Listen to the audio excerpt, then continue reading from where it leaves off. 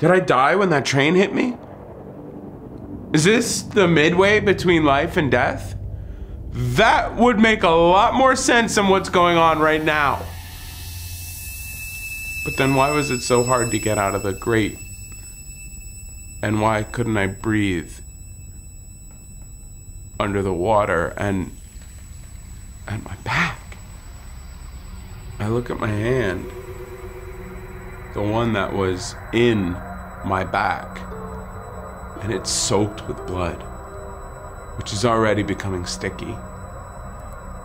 And I'm getting lightheaded. And I don't know if what I'm feeling is real or if I just lost a lot of blood, but I feel very heavy. But not like a heavy like with my own weight, almost like the atmosphere just thickened. Like gravity just got a little bit stronger. Like someone is watching me right now. I force myself to look back at the spot where the figure appeared, and the light flickers again, and nothing. No shape.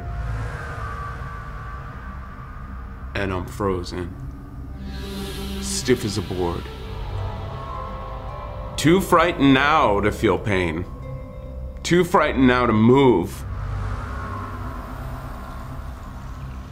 But I'm finally starting to soak in my surroundings. I am indeed on a subway platform, but it is unlike any subway I've ever seen before. It's short.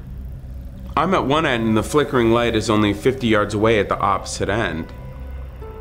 The ceiling is a dome shape and it's covered in these beautiful tiles. Some of them look like blackened glass windows. And amidst the tiles are these exquisite cement moldings that create these archways.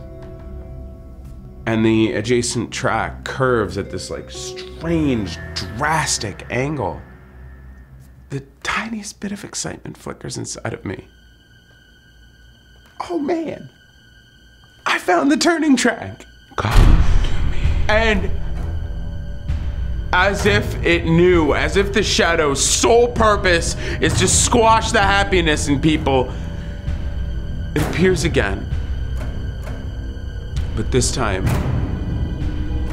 no more hiding.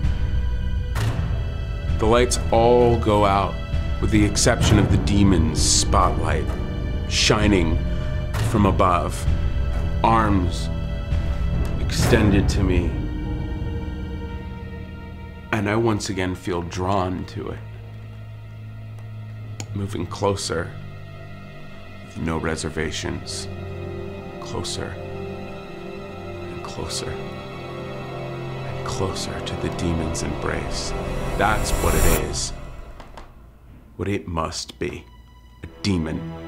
And it's sucking me in. Preparing to take my soul.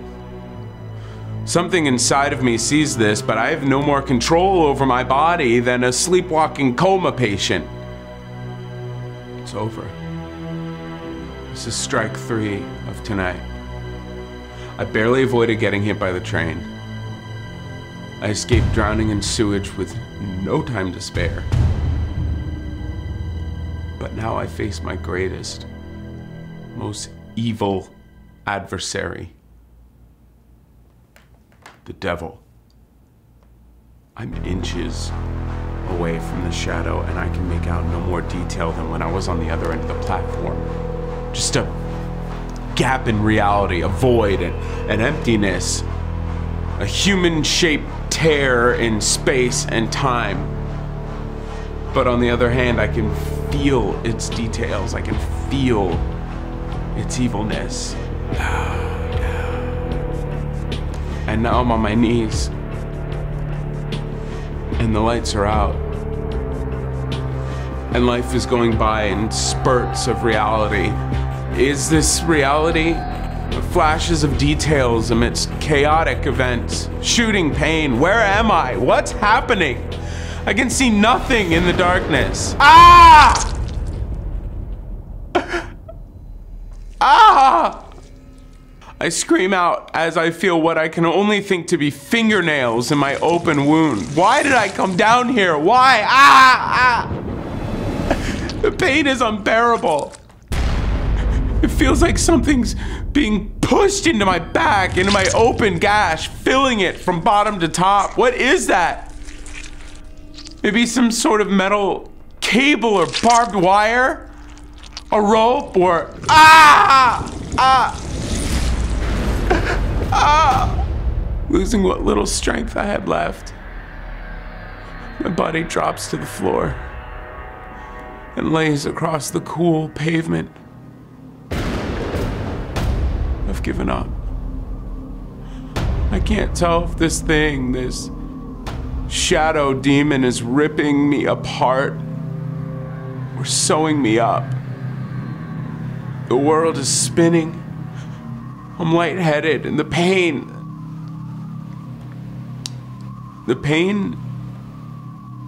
is being numbed. I'm tired. I want to close my eyes. What's the worst that could happen after this? Nothing. And I have no idea if I actually passed out there on the platform or if the other realm I was so obviously in for the past hour finally gave way and lifted. But suddenly, I'm staring into the light of a subway car door, wide open in front of me, and a man's shoes in front of my nose. And I look up slowly and painfully to see the conductor's face. Don't know what the heck's wrong with you kids. I can't speak. I just look at him. Well, get up and get on the damn train. And I listen, standing back up on my own 2 feet, still kind of numb. And I turn and I take a look at the station. A station that I will never return to for the rest of my life. It's beautiful. A true masterpiece. What I would later find to be the old City Hall station, shut down in the 1940s. Man, the internet would have saved me a lot of trouble tonight. Holding up the whole world, kid!